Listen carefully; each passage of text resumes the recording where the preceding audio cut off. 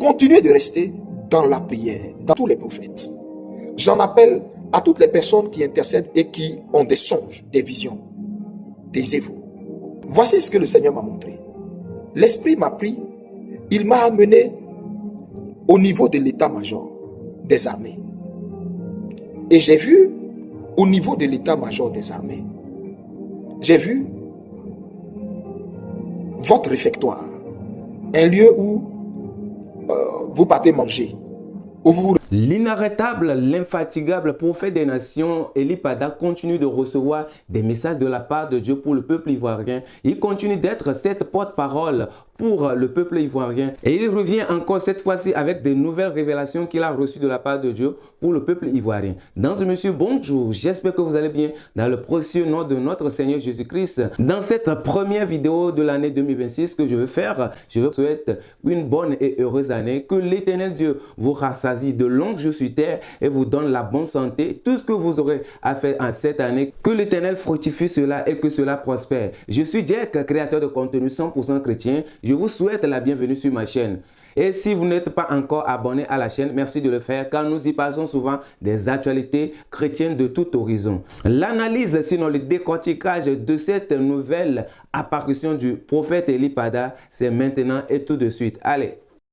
Nous sommes de plein pied dans notre délivrance. Nous y sommes déjà. Et je vous l'ai déjà dit, la Côte d'Ivoire n'a à sa tête plus aucun président. La Côte d'Ivoire n'a à sa tête plus aucun président. La Côte d'Ivoire n'a à sa tête plus aucun président.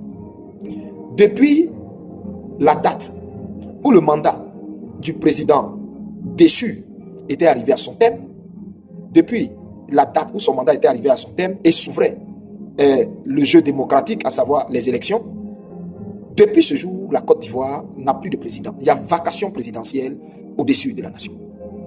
Je répète, depuis le jour où son mandat a pris fin et s'est ouvert la date de la campagne, la Côte d'Ivoire n'a plus de président.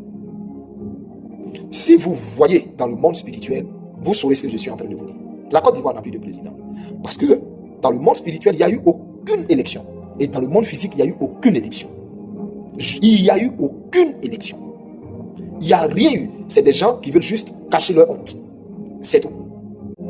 Et donc, spirituellement, en Côte d'Ivoire, nous sommes en transition. Je répète, en Côte d'Ivoire, en ce moment, nous sommes en transition. Je le redis encore une dernière fois. En Côte d'Ivoire, actuellement, nous sommes en transition. Et personne ne peut changer ça. Parce que c'est ce qui est. Vous comprenez? Vous comprenez? Alors, vous devez savoir que ce temps dans lequel nous sommes entrés est un temps de silence. Je répète, ce temps dans lequel nous sommes entrés est un temps de silence. Et j'en appelle ici à toute personne qui, dans ce temps de silence dans lequel Dieu est avec la nation, si tu as reçu quelque chose sur l'action de Dieu, tais-toi. Ne fais pas de vidéo pour en parler. N'en parle plus. Tais-toi. Prie simplement pour le peuple de Côte d'Ivoire. Prie pour le peuple de Côte d'Ivoire. C'est tout. N'en parle absolument pas. Et je le dis parce que vous allez me voir moi-même. Ne plus venir vous parler concernant le cas de la Côte d'Ivoire. Ce qu'on devait faire a été fait. Hier, le 30 novembre, ce qui devait être fait depuis le 1er novembre jusqu'au 30 novembre a été fait. Continuez de rester, tous les Ivoiriens, continuez de rester dans la prière, dans un élan de prière. Restez toujours dans la prière. Ne baissez pas les bras. Restez toujours dans la prière jusqu'à ce que nous voyions et vivions ces temps que le Seigneur nous a prédit, annoncé. Ces temps de gloire. Alléluia. Que Dieu vous bénisse. Restez silencieux. Je voudrais dire aux prophètes, écoutez-moi, s'il vous plaît, restez silencieux. Ne parlez plus. Ne parlez plus. Ne révélez plus. Le temps où Dieu voulait qu'on parle, le temps où l'Esprit voulait qu'on parle, ce temps est fini. Maintenant, nous sommes dans le temps où, vous voyez dans la Bible, il y a eu le temps où les prophètes ont parlé. Et jusqu'à Malachie, et à partir de Malachie, il y a une page blanche qui se présente.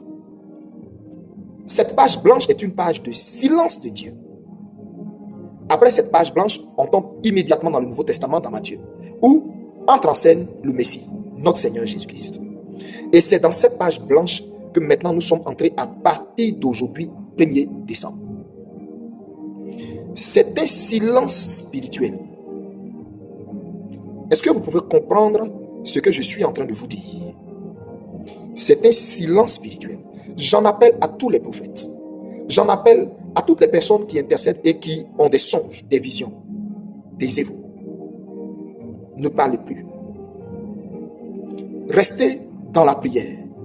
Suite à ces visions, priez pour dire à Dieu, accomplis ce que tu nous montres. Fais ce que tu nous as promis. Épargne ton peuple.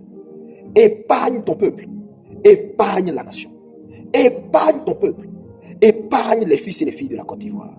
Mais délivre-nous de la main de nos oppresseurs, comme tu nous le montres. Ne révélez plus rien. Comment ça va se passer? Comment ça va arriver? À quel moment ça va arriver? Ne révélez plus rien. Je m'adresse à la génération Élie. Qui est la génération Élie? Le véritable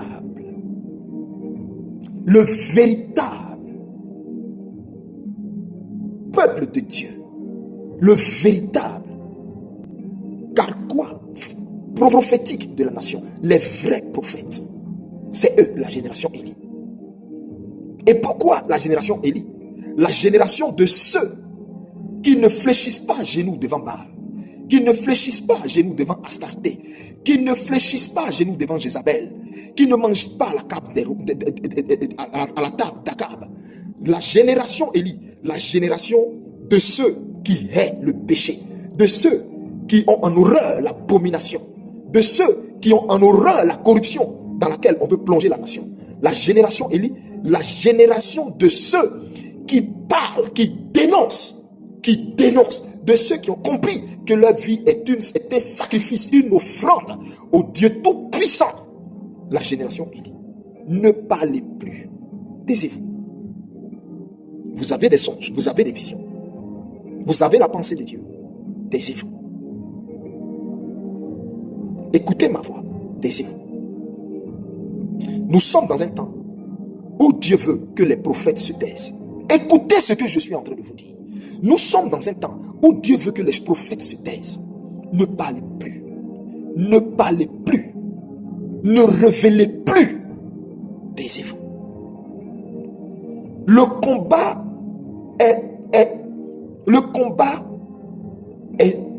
est fini. L'enjeu est trop élevé. Taisez-vous. Taisez-vous. Taisez-vous. C'était ce que je voulais dire à mes frères prophètes, aux hommes de Dieu. Taisez-vous.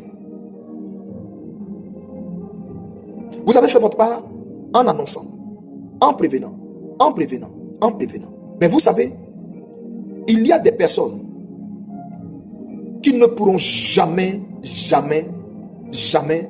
reconnaître Jésus-Christ comme Seigneur et Sauveur, confesser Jésus-Christ, ni se repentir du mal qu'ils font parce qu'ils sont damnés. Parce que leur essence même est maudite. C'est Dieu qui les livre. C'est Dieu qui les livre lui-même à un jugement sans précédent. Il y a ce qu'on peut sauver et il y a ce qu'on ne peut pas sauver. Taisez-vous.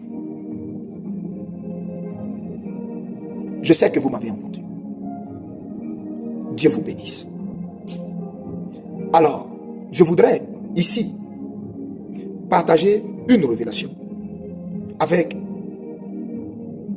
nos frères corps habillés.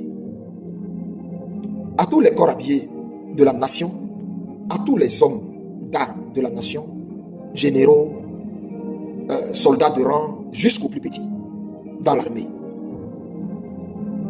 Vraiment, il y a quoi à vous. Ce que le Seigneur m'a fait voir, vous concernant, est vraiment choquant. Dois-je me taire? Dois-je le dire? Comme je suis pour la nation. Je veux vous sauver en vous révélant ce que Dieu m'a fait voir. Libre à vous de croire en ce que je dis, comme libre à vous de le rejeter. Mais écoutez-moi très bien. Je vous raconte une vision. Vous savez, dans une vision, ça peut ne pas être comme ça peut ne pas être comme elle est présentée dans la vision, mais l'idée et le cœur de la vision restent le même, ou autant pour moi, la même. Voici ce que le Seigneur m'a montré.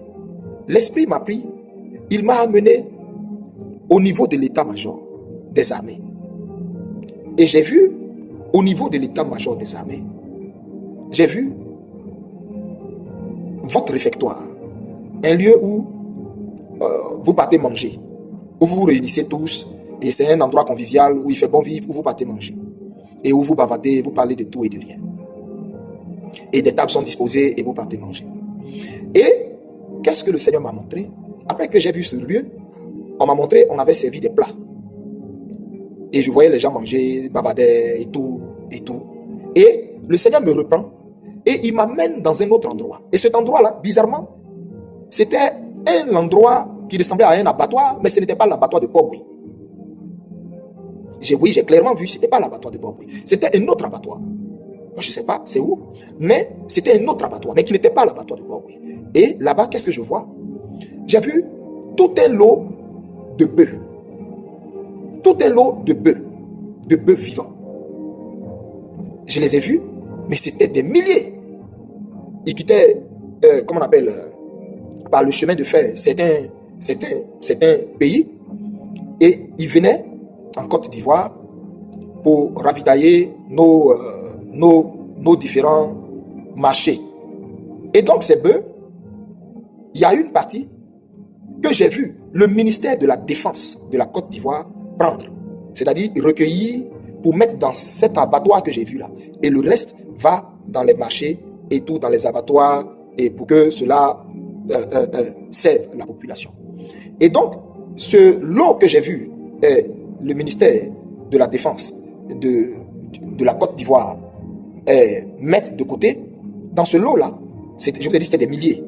Dans ce lot là, j'ai vu des gens en noir, en capuche, des gens qui étaient habillés de tout noir vêtus. Je précise que les images dans une vision peuvent ne pas, c'est-à-dire Dieu donne des illustrations, mais en fait il y a le cœur du message. Écoutez bien ce que je dis.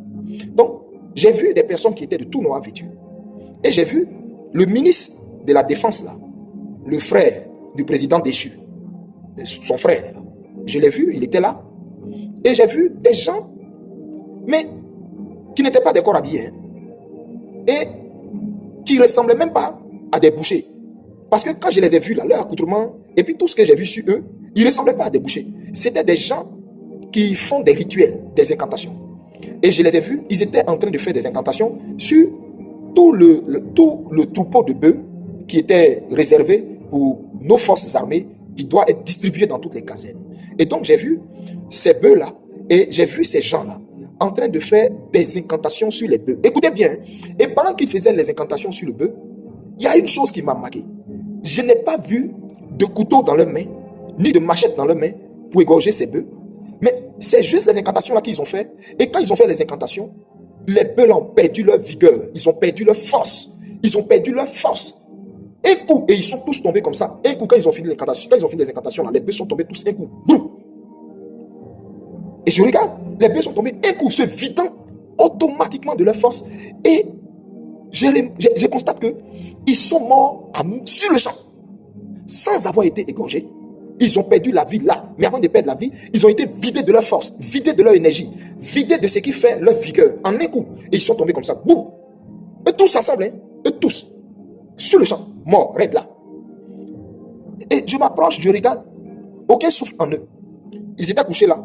On les a mis égorgés. Ils ont fait 1 jour, 2 jours. Et c'est au 3e jour, les mêmes qui ont fait les incantations avec ce ministre que j'ai vu.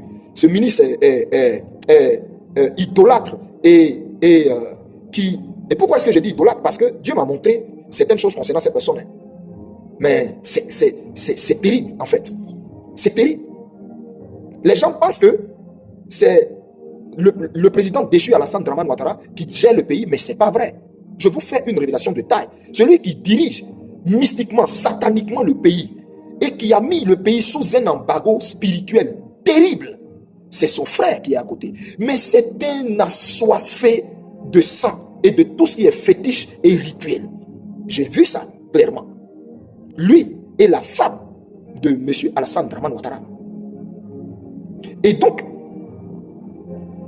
je reviens à la vision. Et donc, je vois au 3e jour, on regarde, on prend ils viennent, ils constatent que les bœufs là sont complètement morts, mais en train d'entrer en décomposition, et on les égorge maintenant, on les dépaisse.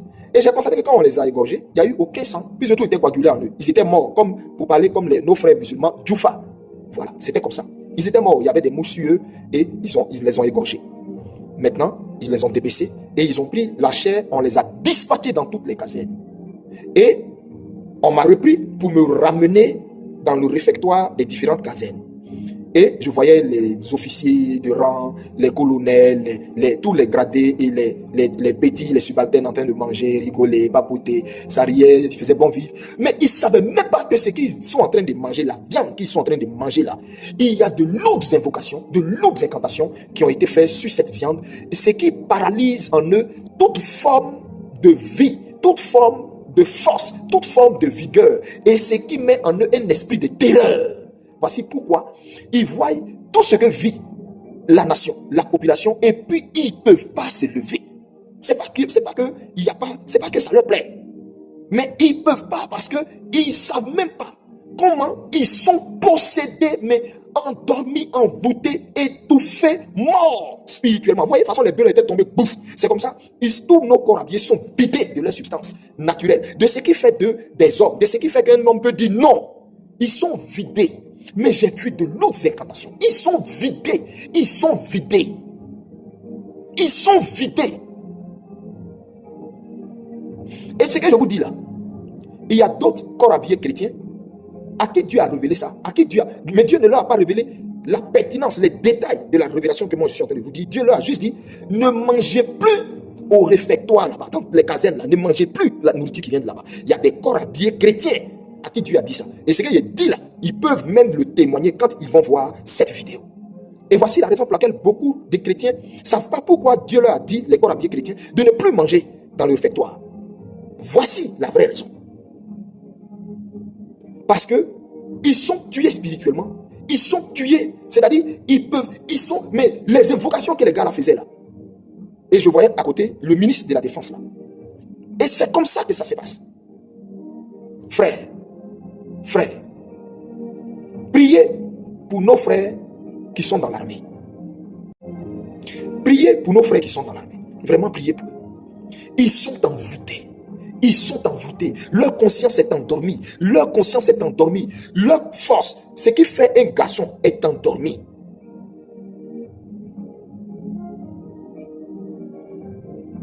Alors j'appelle tous les intercesseurs de Côte d'Ivoire. J'appelle tous les prophètes, la génération Élie, mettez le sujet de nos corps habillés dans vos prières quotidiennes pour réveiller leur esprit, pour briser tout envoûtement qui est descendu par la nourriture dans leurs entrailles et qui s'est propagé dans leur sang, qui leur a ôté toute vigueur, qui leur a ôté tout honneur, qui leur a ôté toute dignité et tout ce qui fait un homme, un homme. Vous comprenez ce que je vous dis? Donc quand ce régime déchu d'Abidjan, quand eux, ils osaient dire que eux là, ils savent sur quoi leur pied est et que rien ne peut leur arriver là, c'est parce qu'il y a des envoûtements de masse et sur la jeunesse et sur les corps armés de Côte d'Ivoire. Ce que je viens de révéler là est très, très, très grave et stratégique pour eux. Et je sais qu'ils vont être scandalisés en se disant, mais comment même ça, il a pu voir ça?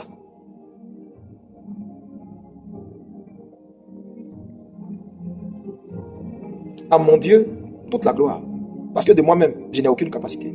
Mais sachez que ce que les réunions que vous faites là, mon Dieu m'a déjà emporté 2 fois à vos réunions. J'étais dans la salle. Je vous ai vu vous tous. Je peux décrire vos vêtements. Je peux décrire vos vêtements.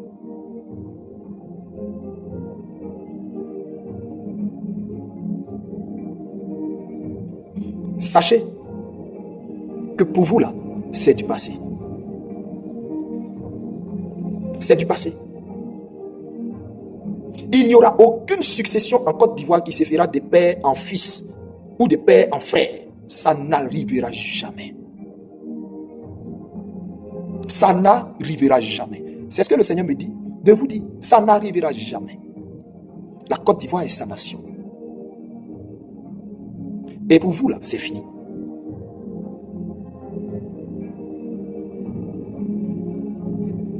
On verra bien. La suite nous dira bien. Mais je reviens sur ce qu'est votre sort. Le Seigneur ne m'a jamais dit que c'est à la date du 20, c'était à la date du 25 octobre que vous serez pris. Vous ne pouvez me produire une seule vidéo où j'ai dit le 25, où il n'y a pas eu élection là. C'est à cette date que vous serez pris. Jamais je n'ai dit ça. Quand je parle de la part du Seigneur, je suis précis, je suis cohérent, je sais de quoi je parle. Je sais ce qu'il me dit. Et je sais ce que je tais. Vous, celui qui fait ses incantations sur ses viandes distribuées dans les casernes, son sort me va faire pitié. Il saura qu'il n'y a que l'Éternel seul qui sauve. Et que quand quelque chose n'est pas pour toi, ça ne te reviendra jamais. Je vous ai déjà dit, Ivoirien, Dieu vous a déjà choisi votre président. Dieu vous a déjà choisi votre président. Vous m'entendez? Dieu vous a déjà choisi votre président.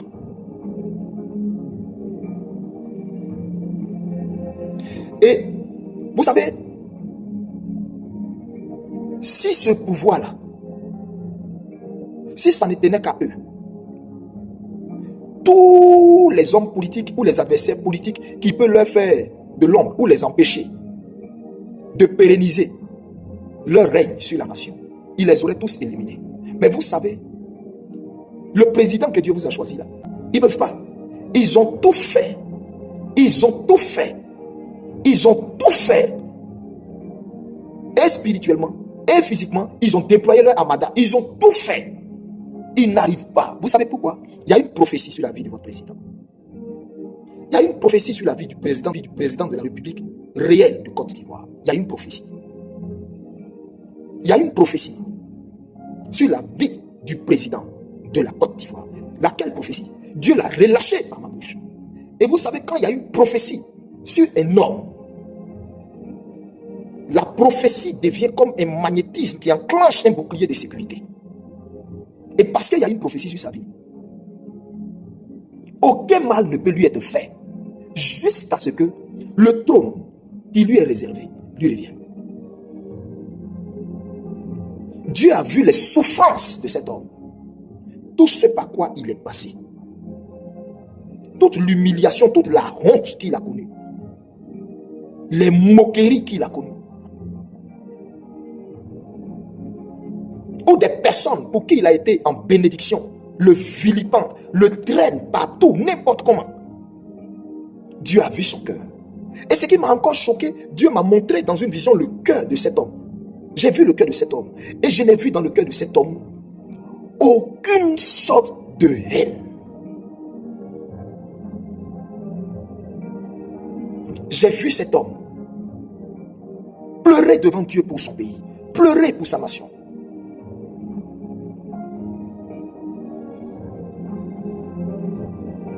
Frères et sœurs, j'ai vu la Côte d'Ivoire prospérer sous le magistère de cet homme, mais atteindre des sommets. De la même façon, le Burkina est fier d'avoir Ibrahim Traoré à sa tête. Mais Dieu vous a choisi quelqu'un. Dieu vous a choisi quelqu'un. Quelqu'un dont le cœur est tenace. Dieu vous a choisi quelqu'un. Un homme digne. Quand on parle d'un homme digne, c'est-à-dire un homme qui est droit dans ses portes, digne. Mais quand je vous dis digne, un homme dont les genoux ne fléchissent pas. Si ce n'est devant Dieu seul. J'ai vu ça. Je ne dis pas, je n'en dis pas plus. Et pourquoi? Parce que le Seigneur ne me met pas à cœur d'en parler encore plus. Je suis soumis à un maître. Je le suis. Gardez votre calme. Gardez votre calme. De la même façon, le Seigneur est parti lui-même choisir David. Et puis Dieu lui a donné en héritage Israël. Et Israël est devenu sous David une nation puissante, bénie jusqu'au jour d'aujourd'hui. Redoutée, respectée, crainte. C'est comme ça Dieu lui-même vous a fait un choix, mais qui est béni. Je suis Élie Pada, envoyé du Dieu très haut. Et puis je vous dis, la Côte d'Ivoire, vous allez bénir Dieu. Vous allez bénir Dieu dans peu de temps. Dans peu de temps. Dans peu de temps. Dieu vous a choisi un homme qui va unifier, réunir toute la Côte d'Ivoire. Toute la Côte d'Ivoire plurielle. La Côte d'Ivoire que vous connaissiez par le passé, là, cet homme-là va à nouveau refaire ça. Mais plus que ça. C'est pourquoi priez, restez en prière et dites Seigneur, garde-nous afin de voir ta promesse. En ce qui concerne, je répète une dernière fois, le régime déchu d'Abidjan, le régime d'Alassane Ouattara, c'est fini pour ce régime. C'est fini pour ce régime. C'est fini. Il y a une croix noire sur eux, c'est fini. C'est fini.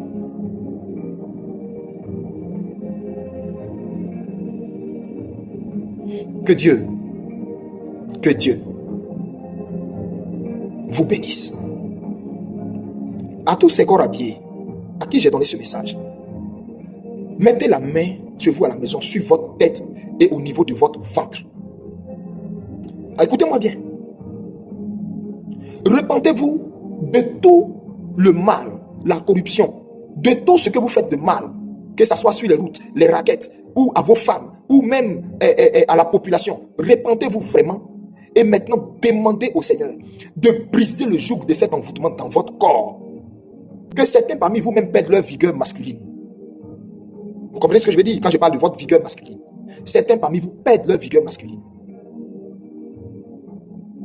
Et ce même régime-là, déchu d'Abidjan, le régime d'Alassane Ouattara, a pour objectif, a pour plan d'éliminer tous les chefs de guerre. Et là, je m'adresse à eux tous. S'ils veulent, ils n'ont qu'à prendre. Ils veulent, il ne faut pas, ils vont prendre.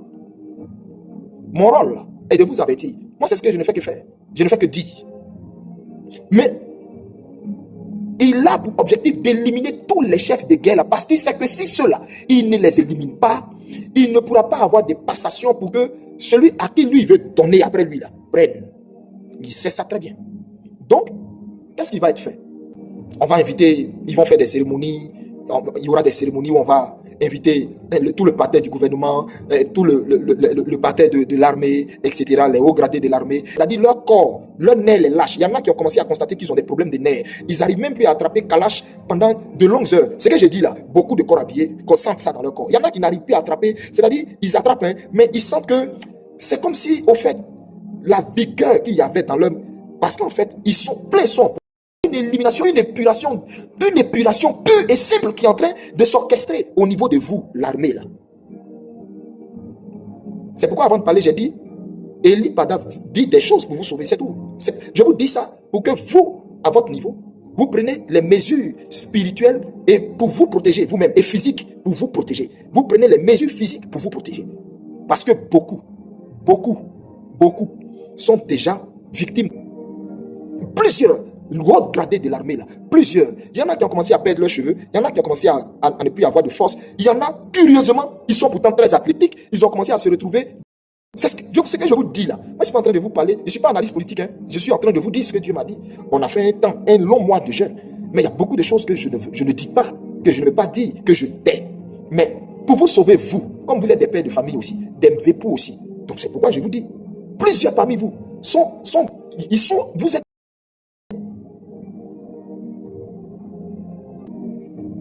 Repentez-vous chez vous à la maison pour tout ce que vous faites à la population. Repentez-vous. Demandez la pitié du Seigneur pour qu'il vous délivre de ça. Sinon, c'était ce que j'avais à vous dire. Que Dieu bénisse toute la Côte d'Ivoire.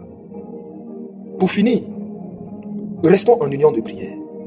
Prions pour dire à Dieu. Pour dire à Dieu. Lave la nation. Lave le pays.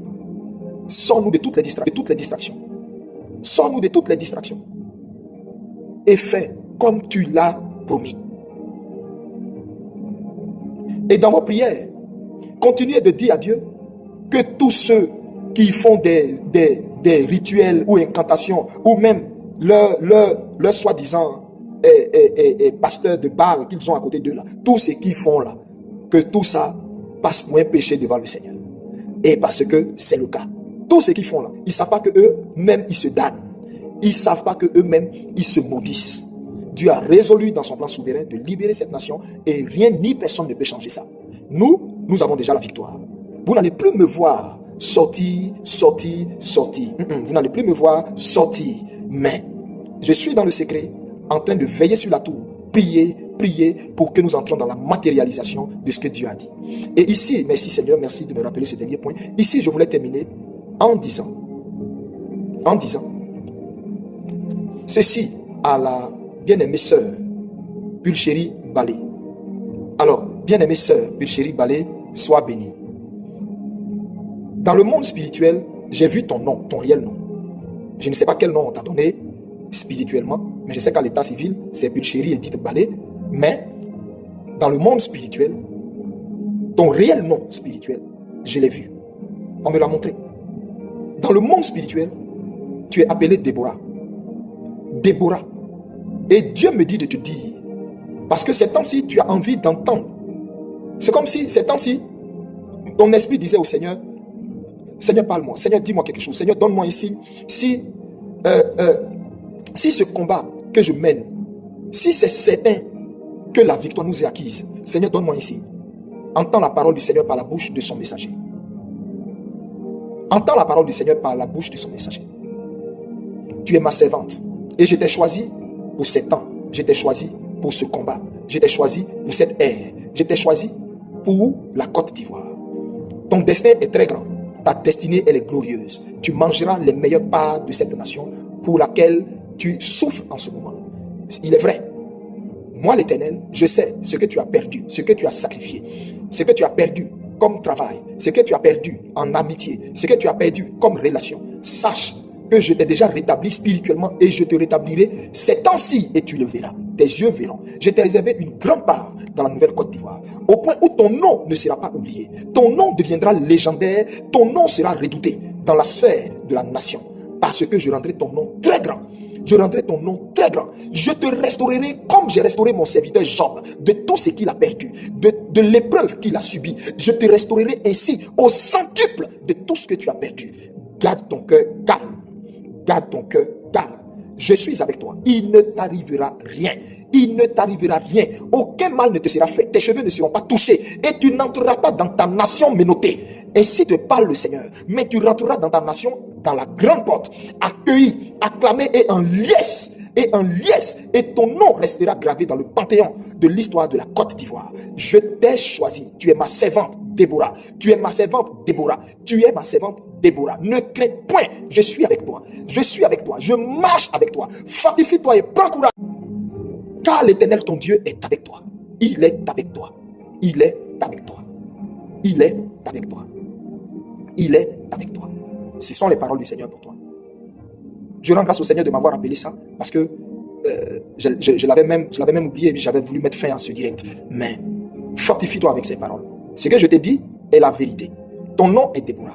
Car le Seigneur dit, de la même façon que Déborah s'est levée là où des hommes étaient incapables de s'élever et de prendre leurs responsabilités, ainsi tu t'es levé. Tu t'es levé, pourquoi? À cause de l'esprit de Déborah qui est en toi. Tu es une servante de Dieu puissant. À la seule différence, tu n'es pas servante de Dieu comme moi, c'est-à-dire un jour prendre le micro et te mettre à prêcher à un pupitre là. Non. Mais Dieu dit, il va t'amener dans des hautes sphères, dans des hautes instances. Dieu va t'amener à des niveaux élevés de l'État, à des niveaux, à des postes élevés pour que là-bas, tu puisses être la voix des sans-voix, la voix des pauvres, la voix des veuves, la voix des orphelins, la voix des démunis. Le Seigneur dit, c'est pourquoi lui, Dieu, est en train de te former, te bâtir comme ça. Il dit, fortifie-toi, parce que l'épreuve dans laquelle tu es là est à son point d'achèvement. L'épreuve est à son point d'achèvement. Ne doute point des songes que lui, l'Éternel, t'a montré. Parce que ce qu'il t'a montré là, c'est ça. Et ça va se passer comme il te l'a montré. Dieu m'a dit de te dire ça. Je te dis ceci pour que ceux qui sont de l'autre côté, à Abidjan, sachent que quand le Seigneur veut me montrer quelque chose, à la minute, il me fait voir ça. Et à la minute, il me fait entendre ça. C'est pourquoi toi, Dieu te révèle ce qui se passe en ce moment et ce que tu élèves comme prière et comme interrogation. Fortifie-toi. Il est avec toi. Il dit, il a mis un point d'honneur à l'épreuve que tu vis et que c'est fini. C'est dans très peu de... Mais quand je te dis très peu de temps, en fait, je ne veux pas donner d'indice. Je ne veux pas donner d'indice. Parce que dans mes paroles, on peut scruter certaines choses et je ne veux pas donner d'indice. Dieu m'a dit, c'est un temps de silence. Il m'a dit de dire à ses prophètes et de marquer un temps de silence. Donc, mais je te le dis, rassure-toi. Rassure-toi. Tu vas rentrer en grande pompe dans ton pays, en triomphe. En triomphe. En triomphe. Sois apaisé. Sois apaisé. Ne t'effraie pas. Ne te fais pas de mauvais sang. Ne crains pas. Non. Non. C'est ce que Dieu m'a dit de te dire. Que le Seigneur vous bénisse. Que le Seigneur bénisse son peuple. Que le Seigneur bénisse la Côte d'Ivoire. Et je termine en vous disant ceci. Bonne année 2026. Vous me demanderez pourquoi est-ce que je vous dis bonne année 2026. Mais bonne année 2026. Bonne année. Bonne année à tous les Ivoiriens. Bonne année à tout le peuple de Côte d'Ivoire. Shalom. Alors, que faut-il retenir de cette nouvelle sortie, de ces révélations du prophète Eli Pada? Au prime abord, il a donné des instructions à toutes ces personnes qui croient à sa prophétie, qui prient, qui sont des vrais chrétiens, à tous ces prophètes, à tous ces pasteurs qui ont reçu le don de voir les choses, d'avoir des songes, d'avoir des révélations, de ne plus révéler quoi que ce soit concernant la Côte d'Ivoire. Si Dieu leur révèle quelque chose, si Dieu leur dit des choses qui ne viennent pas sur les réseaux sociaux pour le dire, ou bien karma, qui ne leur révèle point. Car le temps qui fait actuellement en Côte d'Ivoire est un temps de prière, est un temps d'observation, est un temps par lequel Dieu va passer pour pouvoir réaliser sa prophétie qui est la gloire de Dieu qui va s'accomplir sur la nation de la Côte d'Ivoire. Et donc, il n'y a plus besoin de faire des révélations, il n'y a plus besoin de donner des prophéties. Par contre, dans la suite de sa vidéo, il a donné des révélations que vous avez également suivies sur le corps habillé, ce qui rend un peu perplexe sa sortie, sa nouvelle vidéo. Et oui, s'il annonce aux autres pasteurs, aux autres prophètes de ne pas faire des révélations alors que lui-même, il s'apprête à cet exercice dans la même vidéo. Comment expliquer cela? Ou bien qu'est-ce que nous devons comprendre de cela? Est-il en train de dire aujourd'hui que lui seul a la capacité, a cette capacité de recevoir des messages de la part de Dieu et de les révéler et que les autres n'ont pas ce droit et que les autres n'ont pas cette capacité? En tout cas, répondez-moi dans les commentaires. L'autre chose à noter est qu'il s'en tient à sa prophétie, à toutes ces premières prophéties qu'il a eu à donner de par le passé concernant la Côte d'Ivoire, concernant le gouvernement actuel, concernant le président actuel. Et que tout ce qu'il a eu à dire s'accomplira certainement point par point. Et pour lui, jusqu'au jour d'aujourd'hui, il n'y a pas eu d'élection en Côte d'Ivoire et que le président actuel n'est pas vraiment un président. Et également sur le plan spirituel, le président actuel n'est pas reconnu comme président, c'est-à-dire qu'il est déchu de ses fonctions. Que croire donc aujourd'hui par rapport à toutes ces sorties que le prophète est en train de faire? Est-il en train de dire la vérité? Est-il un vrai prophète? Ou bien il se base sur ses propres convictions? Il y a des convictions politiques pour manipuler l'opinion publique à le suivre dans ses délits, dans ses prophéties? La question reste posée. Puisque tout ce qu'il dit, il y a tellement de paradoxes. Tout ce qu'il raconte, il n'y a pas de cohérence dans les choses. Alors nous devons faire très attention et prier en tant qu'enfants de Dieu. Ces prophéties sont-elles vraies ou fausses? Le temps nous le confirmera. Donc monsieur, merci d'avoir suivi cette vidéo du début jusqu'à la fin. Je vous invite à vous abonner à cette chaîne pour d'autres actualités.